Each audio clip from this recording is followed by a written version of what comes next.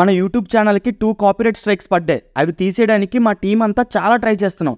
ఇంకొక స్ట్రైక్ పడిందంటే మీకు మాకు ఉన్న ఈ బాండింగ్ తెగిపోతుంది. అందుకే ఇక్కడ టైటిల్ అండ్ కామెంట్స్లో సబ్స్క్రైబ్ టు అని మన బ్యాకప్ ఛానల్ ఇచ్చాను. మన రివ్యూస్ అండ్ లాంగ్ వీడియోస్ ఎక్కువగా ఫాలో అయ్యే వాళ్ళు ఉంటే దయచేసి మన బ్యాకప్ ఛానల్ని సబ్స్క్రైబ్ చేసుకుని బెల్ నోటిఫికేషన్స్ ఆన్ చేసుకోండి.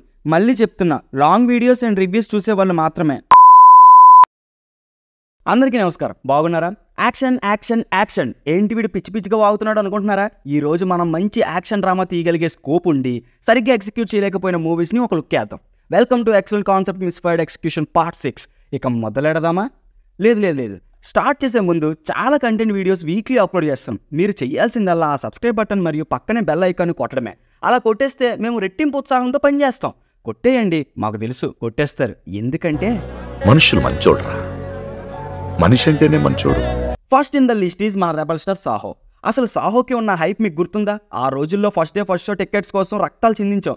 బాహుబలి తర్వాత ప్రభాస్ నుంచి వస్తున్న సినిమా, పైగా యాక్షన్ థ్రిల్లర్. ఈ హైప్ చాలదన్నట్టు టీజర్ ట్రైలర్ చూసి మైండ్ పోయింది. అసలు టెక్నికల్గా టాప్ నాచ్ ఉంటుంది సినిమా. ఆ cinematography, BGM, locations, action choreography అన్నీ బాగుంటాయి. కానీ మూవీ అంతా చూశాక ఒకటి తక్కువైంది. సెకండ్ హాఫ్లో వచ్చే మోస్ట్ హైప్డ్ యాక్షన్ సీక్వెన్స్ చాలా బాగున్నా కూడా ఆ తర్వాత ఫ్లయింగ్ జెట్ సీన్కి రక్త కన్నీరే వచ్చింది ఫ్యాన్స్కి. ఇలా ఆ ఫ్లయింగ్ జెట్ వేసుకోగానే ఆ కట్అవుట్కి ఏమైనా ఉందరా అది అని మనం కళ్ళార్పకుండా చూసేలోపు కథం, గ్యాస్ అయిపోయిందమ్మా, వెళ్ళండి, ఫ్లయింగ్ జెట్ యాక్షన్ కావాలంటే వీళ్ళకి అన్నట్టు ఆపేస్తారు. మళ్ళీ ఆ ఇంటర్వెల్ అయ్యాక అసలు ఆ మౌంటైన్ మీద నుండి దూకే సీన్ ఎందుకు? ప్రభాస్ బాడీకి విఎఫ్ఎక్స్ ఉన్నట్టు క్లియర్గా తెలిసిపోద్ది ఈ సీన్ వల్ల. అనవసరమైన రన్ టైం, విఎఫ్ఎక్స్ బడ్జెట్ ఇలా అన్నీ కూష్మాండ అవడానికి కాకపోతే. ఇక దీని తర్వాత వచ్చే బ్యాడ్ బాయ్ సాంగ్ అయితే నాన్న రాజా, యువి రాజా, ఎంత డబ్బులు ఎక్కువైపోతే మాత్రం నీ కోరికలన్నీ ఇలా సాంగ్స్లో తీసి వదులుతావో చెప్పు. అసలు ఆ లవ్ ట్రాక్ అయితే ఎందుకో ఆ శ్రద్ధా కపూర్ సెకండ్ హాఫ్లో ఎందుకు వస్తుందో, ఎందుకు ఉంటుందో. మూవీ క్లైమాక్స్లో శ్రద్ధ, నీల్ నితిన్ ముఖేష్, మందిరా బేడి, అరుణ్ విజయ్, సుప్రీత్ రెడ్డి ఇలా 5 సీన్స్ని కలుపుతూ చెప్పే స్క్రీన్ ప్లే ప్యాటర్న్ అండ్ వాటితో రివీల్ అయ్యే క్లైమాక్స్ మాత్రం నిజంగా సాహో అనే చెప్పాలి. ఇంకొక విషయం, ఇది అయ్యాక లాస్ట్లో ప్రభాస్ అన్న జస్ట్ అలా వాక్ చేస్తూ వచ్చి కుర్చీ మీద కూర్చుంటాడు. అక్కడ స్వాగ్ అయితే అప్పబ్బబ్బబ్బా, మామూలుగా ఏమైనా సీన్ అది. ఇలాంటి సీన్స్ ఒక 2-3 పడి ఉంటే ఎక్కడికో వెళ్ళిపోయేది సినిమా. వీటికి బదులుగా అక్కర్లేని లవ్ స్టోరీ అండ్ సాంగ్స్ మీద పెట్టిన ఫోకస్, మూవీలోని వాజీ సిటీ పాలిటిక్స్, అక్కడ ఉన్న క్యారెక్టర్స్ అండ్ వాళ్ళ మోటివ్స్, మైండ్ గేమ్స్ ఇవన్నీ బాగా డీప్గా ఎక్స్ప్లోర్ చేసి చూపించి ఉంటే సినిమా ఇంకో బాహుబలి 2 అయ్యేది. Next in the list is మన రవణ సినిమా ఈగల్. రవణ దురదృష్టమో ఏంటో కానీ భయ్యా, మంచి కాన్సెప్ట్ సెలెక్ట్ చేసుకుంటారు కానీ ఎగ్జిక్యూషన్లో పెద్ద దెబ్బడిపోతుంటుంది. మొన్న రావణాసుర, నేను టైగర్ నాగేశ్వరరావు, ఈరోజు ఈగల్. అన్ని సినిమాలు మంచి పొటెన్షియల్ ఉన్నవే, అయినా కానీ ఒకటి కూడా సక్సెస్ కాలేదు.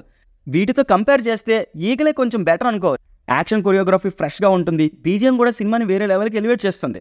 ఇంటర్వెల్ అండ్ సెకండ్ హాఫ్లో వచ్చే యాక్షన్ సీక్వెన్స్కి క్యాష్ ఉంటాయి. కానీ ఫస్ట్ హాఫ్లో స్క్రీన్ ప్లే చాలా అబ్రప్ట్గా ఉండడం, స్టోరీ రివీల్ అయ్యే ప్రాసెస్లో చాలా బ్రేక్స్ ఉండడం వల్ల బోర్ కొట్టేస్తుంది. ప్రతి క్యారెక్టర్కి ఒకటే మోటివ్, హీరో భజన. ఆయన ఒక విస్ఫోటనం, విధి వైపరీత్యం. నాకు తెలియక అడుగుతున్నాను భయ్యా, ఆ ఊర్లో ఎవరు తిన్నగా మాట్లాడరా? ఒక స్టేజ్లో ఆపండి రోయ్, నా వల్ల కాదు అని అరవాలనిపించింది.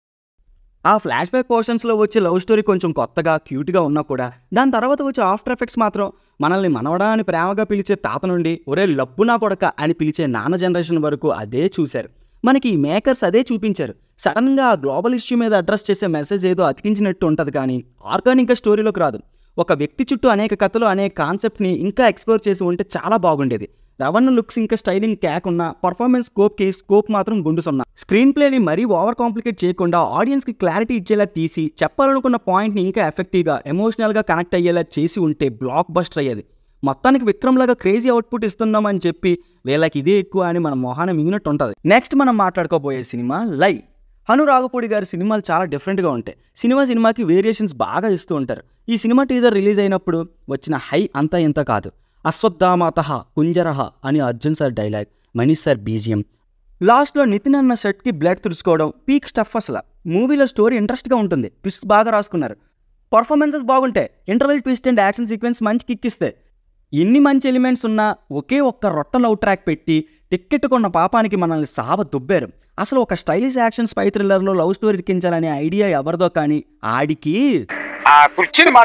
మళ్ళీ డెస్టినీ అని, ఇంద్రుడు నారదుడు అని ఏం అర్థం కావట్లే అని నా పక్కనోడు బుర్ర గోక్కున్నాడు. దీనికి మేఘ ఆకాశ్ స్క్రీన్ మీదకు వచ్చిన ప్రతిసారి నా బొంగులోది నేనే చచ్చిపోతా, నువ్వు చంపుకొని అరవాలనిపించింది. నా పరిస్థితి ఫస్ట్ హాఫ్ అయ్యాక మూవీ ఎలా ఉంటుంది అంటే ఇంక చెప్పడానికి చూపించడానికి మళ్ళీ హనుగారికి సీతారామం వరకు స్టోరీ దొరకలేదు అన్నట్టు ఉంటుంది. అసలు అర్జున్ క్యారెక్టర్కి చాలా బిల్డప్ ఇస్తారు కానీ ఏం ఉండదు అక్కడ. సినిమాలో ఉన్న ట్విస్ట్లని ఇంకా ఇంట్రెస్ట్గా రివీల్ చేసి ఆ లవ్ స్టోరీకి ఈ యాక్షన్ స్టోరీని ప్రాపర్గా బ్లెండ్ చేసి పెయింటింగ్ ప్లాట్కి ప్రాపర్ ఎక్స్ప్లెనేషన్ ఉంటే సినిమా అదిరిపోయేది. లాస్ట్కి అసలు ఫింగర్ ప్రింట్స్లో ఏముందరా నాయన అంటే national defence minister finger prints అంటాడు. అంత బిల్డప్ ఇచ్చిన విలన్ని హీరో పుసుక్కొని తోసి చంపేస్తాడు. తను చనిపోయాడని కూడా మనం గెస్ట్ చేయలేం, ఆ రేంజ్ ట్విస్ట్ ఇది. ఇలా హను గారు ఫస్ట్ టైం ట్రై చేసిన యాక్షన్ జోనర్తో బొక్క బోర్లా పడ్డారు. Next cinema in the list is Varun Tej నటించిన ఫైటర్ ఆపరేషన్ వ్యాలంటైన్. అదే 2 సిమిలర్ ప్లాట్సేగా. ఆపరేషన్ వ్యాలంటైన్ ఒక రియల్ ఇన్సిడెంట్ని బేస్ చేసుకుని తీసిన cinema. Uri the surgical strike తర్వాత మన వాళ్ళు సక్సెస్ఫుల్గా కంప్లీట్ చేసిన second major operation Balakot air strike. సినిమాలో ఉన్న ఎమోషన్ చాలా గొప్పది, బలమైంది. కరెక్ట్గా ఎగ్జిక్యూట్ చేస్తే దేశం మొత్తం ఊపేయచ్చు. ఫస్ట్ హాఫ్లో సెటప్కి టైం తీసుకున్న ఇంటర్వెల్కి మంచి హైతో ఎండ్ చేస్తారు. కాకపోతే మంచి స్క్రిప్ట్ చేతుల్లో ఉన్నా కూడా screen play issues and editing వీక్గా ఉండటం వల్ల ఎంగేజింగ్గా తీయలేకపోవడం, లేజీ అవుట్పుట్లో మిగిలిపోయింది.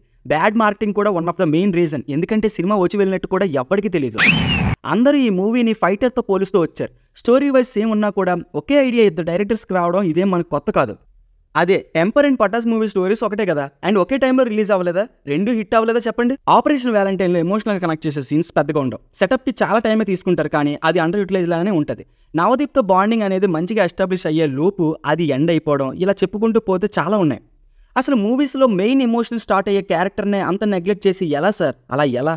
ఇంకా hero past drama and sequences అన్ని కట్ చేస్తారని క్లియర్గా తెలుస్తుంది. ఇలా ఎడిటింగ్, స్క్రీన్ ప్లే లాంటి మెయిన్ ఆస్పెక్ట్స్ అన్ని డల్ అవ్వడం వల్ల మూవీ తెల్లారిపోయింది. ఇంకా లవ్ స్టోరీ ఏదో హీరో ఉన్నాడు, హీరోయిన్ కూడా ఉండాలి, పెట్టకపోతే జనాలు ఒప్పుకోరు అన్నట్టు ఉంటుంది. విఎఫ్ఎక్స్ వాళ్ళకున్న బడ్జెట్తో బాగానే చేశారు కానీ మిగతా ఆస్పెక్ట్స్ అంటే ఎమోషన్, పేట్రియాటిజం, యాక్షన్ సీక్వెన్సెస్ ఇలా అన్నిట్లో కూడా ఇంకా మంచి అవుట్పుట్ ఇచ్చి ఉంటే మూవీ రిజల్ట్ వేరేలా ఉండేది. వరుణ్ మార్కెట్ తగ్గుతూ రావడం, బజ్ లేకపోవడం వల్ల కూడా బాగా ఎఫెక్ట్ అయింది ఫిలిం. హోప్ వరుణ్ అన్న gives come back with matka.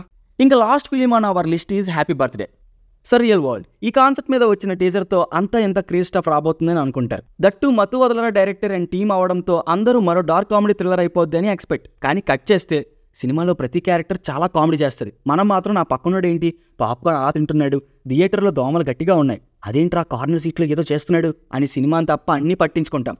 Second హాఫ్లో వచ్చే వెన్నెల కిషోర్ ఎపిసోడ్ ఒకటి తప్ప అసలు ఇంకా నవ్వడానికి ఏది ఉండదు. మూవీలో గన్ లీగలైజేషన్ అన్న కాన్సెప్ట్ని వాడుతారు కానీ ఎక్కడా కూడా అది స్క్రీన్ ప్లేతో మెర్జ్ అయ్యి మనకి నవ్వు కాదు కదా, అట్లీస్ట్ మొక్క మీద ఎక్స్ప్రెషన్ కూడా రానివ్వదు. సినిమా అంతా పాపులర్ మీమ్ రెఫరెన్సెస్ ఉంటాయి కానీ అది మరీ ఎక్కువ అయిపోవడం వల్ల డైరెక్టర్ నూడిల్స్ చేస్తా అనుకొని మ్యాగీని మన మొహాన మింగాడు. ఇలా కాకుండా మత్తు వదలరా లాగా ఇదే సరియల్ వరల్డ్కి మత్తు వదలరా లాగా సిచ్యువేషన్ కామెడీని పెట్టి ఉన్న క్వెర్కీ క్యారెక్టర్కి ఆ రియల్ టచ్ ఇచ్చి సరైన కామెడీ సీన్స్ ఉండి ఉంటేనా ఇంకో మత్తు వదలరా రేంజ్ బొమ్మ అయ్యేది. ఈ రోజు మాట్లాడుకున్న మూవీస్ అన్ని అనలైజ్ చేస్తే మూవీ ఎంత స్టైలిష్గా ఉంది అన్నది కాదన్నయ్య, కంటెంట్ ఉందా లేదా అదే మ్యాటర్.